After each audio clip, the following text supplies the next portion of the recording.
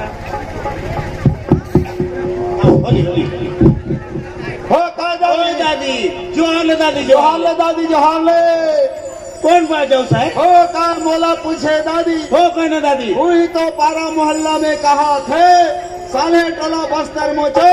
नाचा भी तलोगा से ओ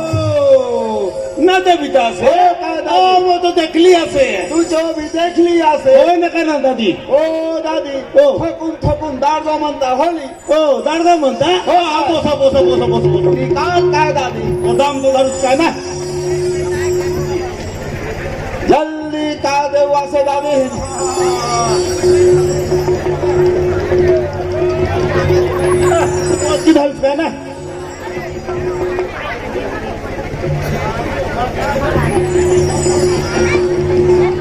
होली होली